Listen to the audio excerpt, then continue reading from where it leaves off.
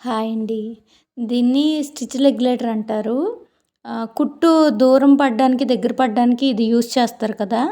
అలాగే దీన్ని రఫ్ చేయడానికి కూడా యూజ్ చేస్తారు. చాలామందికి రఫ్ చేయడం కంప్లెయింట్ ఉంటది కదండీ! సో, అందుకని నేను ఈ వీడియో చేస్తున్నాను. ఎలా రఫ్ చేసుకోవాలో చెప్తాను చూడండి. ఇది ఫస్ట్ పెట్టుకున్న తర్వాత కొంచెం ముందుకు కుట్టేసుకుంటాం కదా! వేసుకున్నాక రెగ్యులేటర్ పైకెత్తి మళ్ళీ కిందకి దించితే అలా నీట్‌గా వచ్చేస్తదనమాట.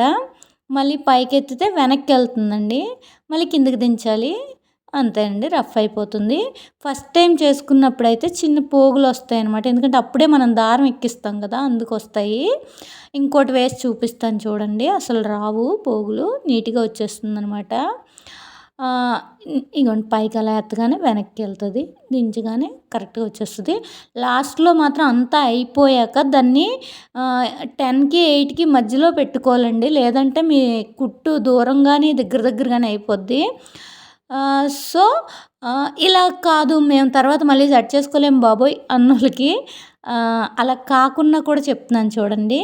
కొంచెం ముందుకొచ్చాక పాదం ఎత్తి సూదెత్తి వెనక్కి వెళ్ళిపోండి. మళ్ళీ మళ్ళీ కొంచెం ముందుకు రండి. మళ్ళీ సేమ్ పాదం సూదెత్తి మీ క్లాత్‌ని వెనక్కి తీసుకొని మళ్ళీ వేస్తే అలా కూడా 3 టైమ్స్ చేస్తే రఫ్ అయిపోతుందనమాట. వెనక్కి వచ్చిన తర్వాత ఇది కూడా చూడండి మళ్ళీ లాస్ట్‌లో అనమాట. అలా మళ్ళీ నీట్‌గా కుట్టు మీద కుట్టు వేసేసుకోవాలనమాట. ఇలా కూడా నీట్‌గా వస్తది. నేర్చేసుకోండి. ఉంటానండి. బాయ్.